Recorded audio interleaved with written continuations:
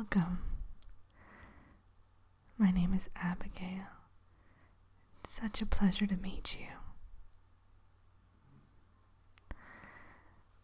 I'm ever so glad that you chose this particular path. Nature magic is so very rewarding, and while I do believe that we have the greatest variety of spells, you rely more on the lighter side of things, so you won't find too many dark spells or things like that. Though there are certain groups on campus who,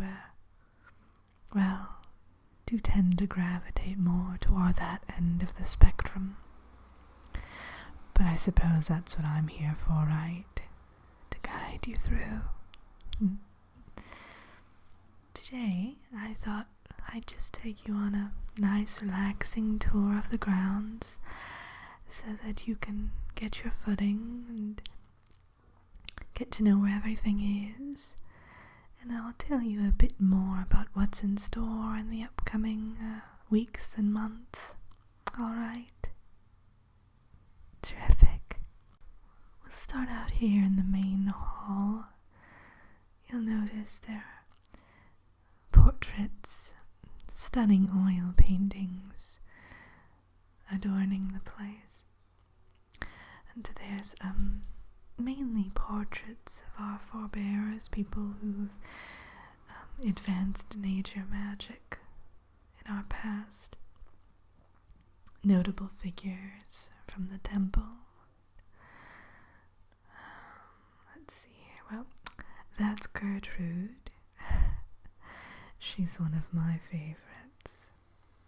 Now, I know that some magical academies and schools and societies, things of the like, they have talking and moving portraits, but we don't adhere to that sort of thing.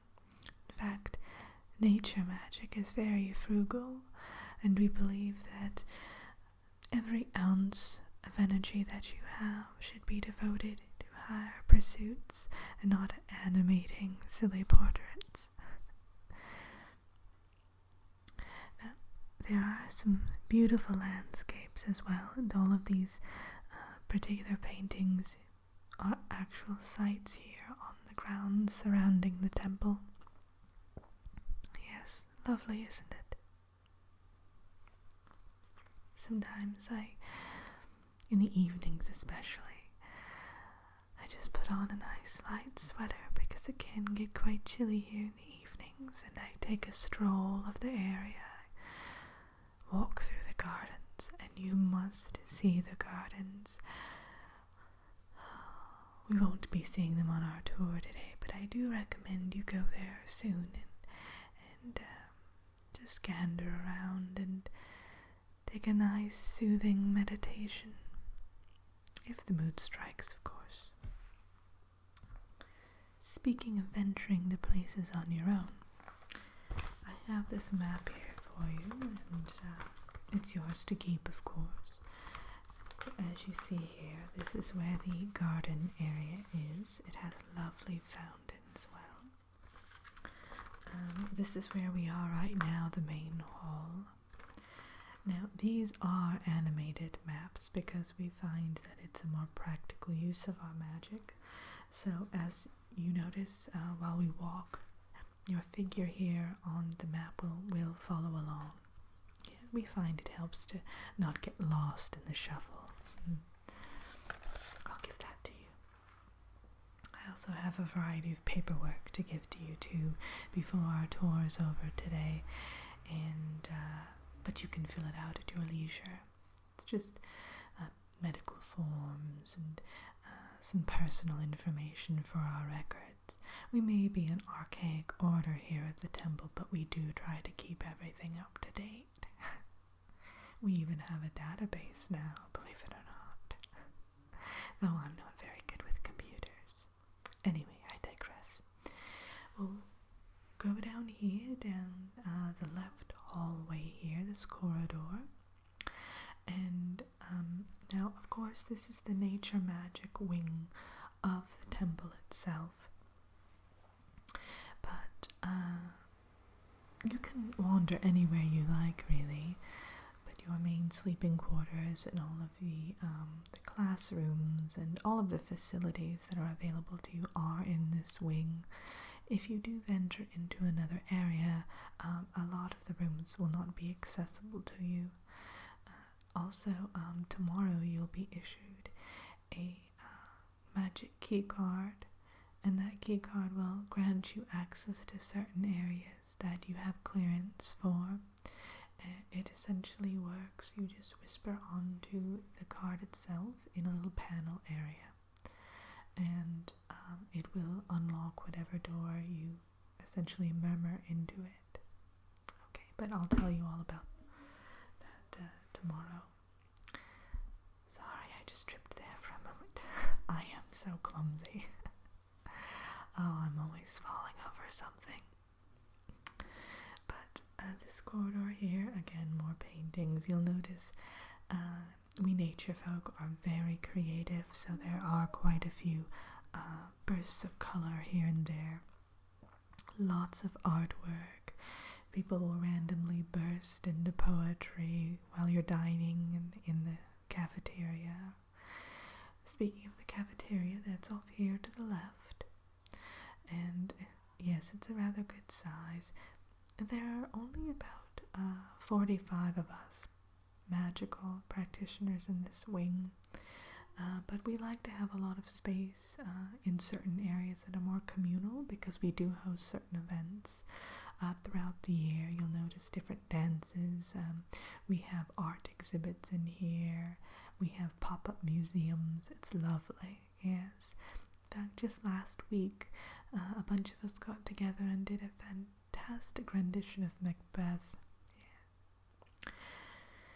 So, the cafeteria serves breakfast, lunch, and dinner. It's open round the clock, so if you're ever in the mood for a little nibble, feel free to drop by.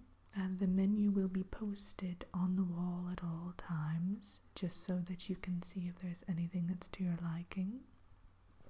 I always look forward to the ravioli. And of course, a side of chocolate cake. Fantastic desserts here, by the way. Second to none. Well, the fire magic people, they always claim that they have the best cuisine for obvious reasons. You know, broiled, things like that. But I think that we win over them hands down. Yes, especially when it comes to our sweet treats. Anyway, I could talk about food for hours. So we'll move on here, and the next room you'll notice is the official study hall. So this is where all of our books are stored usually. They're not here at the moment because we've had them removed. We had a bit of a damp problem in here, so we're remedying that issue, and we didn't want any of the books destroyed, of course. So yes, you're free to come here at any time. This is definitely a clearance area that you'll have access to. As you notice, some people are gathered here now that we have the damp issue under control. And I think in the next day or two we'll be moving the books back. We have around about 10,000 books in our particular collection, which is rather impressive, I think, for a private institution such as this. So, and you're free to take the books, as many as you like.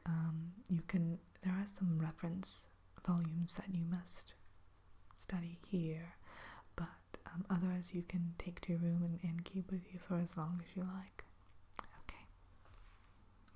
Now, this next room here, you'll notice off to the right, this is Suzette's room, and she is our seamstress.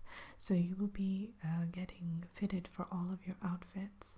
Now, it's rather unique how we do things here at the temple. Regardless of what magical path you take, you get customized robes and gowns, sleeping attire, things like that, even accessories, based on your personality. So she'll do an assessment of sorts, a diagnostic, where she asks you a few questions and does a few magical tricks that she has up her sleeve. And she'll be able to custom tailor the clothing exactly to your personality traits, your characteristics, your likes, hobbies, things like that. Yes, it's rather amazing, I think. And so the color, even the adornments, everything will be exactly as specified to your liking.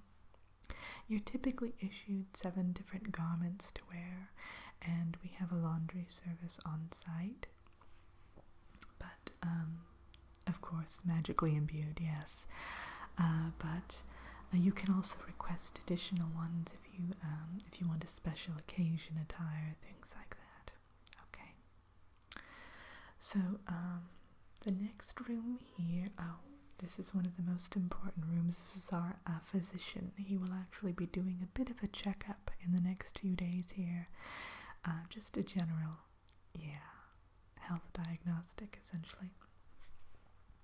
And, yes. Well, his nurse might be performing it. I'm pretty sure, actually, he's a rather busy man. So, he handles the local village as well. So, but his nurse is absolutely amazing, yes. So she'll probably give you a quick checkup just to make sure everything's in order. You look very fit though, so that shouldn't be a problem. Tip-top shape up. So the next, let me see here. Let me reference the map actually because, well, you see, I usually am confined to my quarters. Of my own volition, of course. I'm a big bookworm, so I only come out usually to, grab a meal or maybe borrow a book from the library. I attend the functions too because I am on the association committee. But let's see here. Okay, here we are. This one here. You're going to, well, I'll just take you there real quick.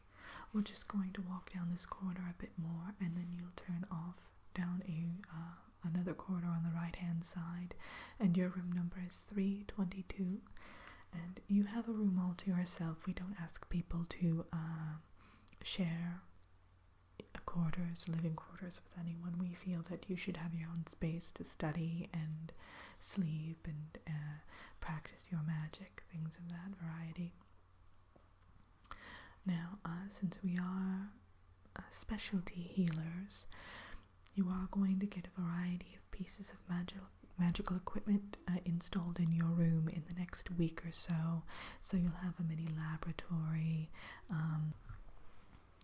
You'll even have a full herbal garden there that fits on the windowsill. So it comes with about 10 different varieties of herbal plants that you can use for your spells. Rosemary, thyme. It depends on what particular magical craft you end up specializing in, but that can be expanded as well.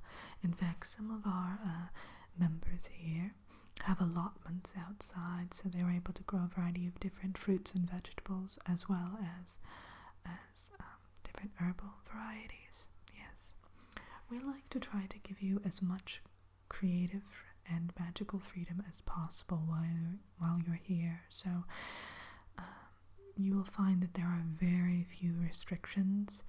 Really, the only restrictions that are in place are things that have to do with the well-being of the other members of the temple. So, yes, for their own health and safety, things like that. Yeah. We don't have a dress code per se or anything of that nature. So, here's your room right here. It's lovely, isn't it? And you're free to decorate it however you like. We have magical spell books on hand that will help you with that task. And we also have consultants who can help you decorate the room and make it functional yet fashionable, is what I like to say. course, it's to reflect your personality and your lifestyle.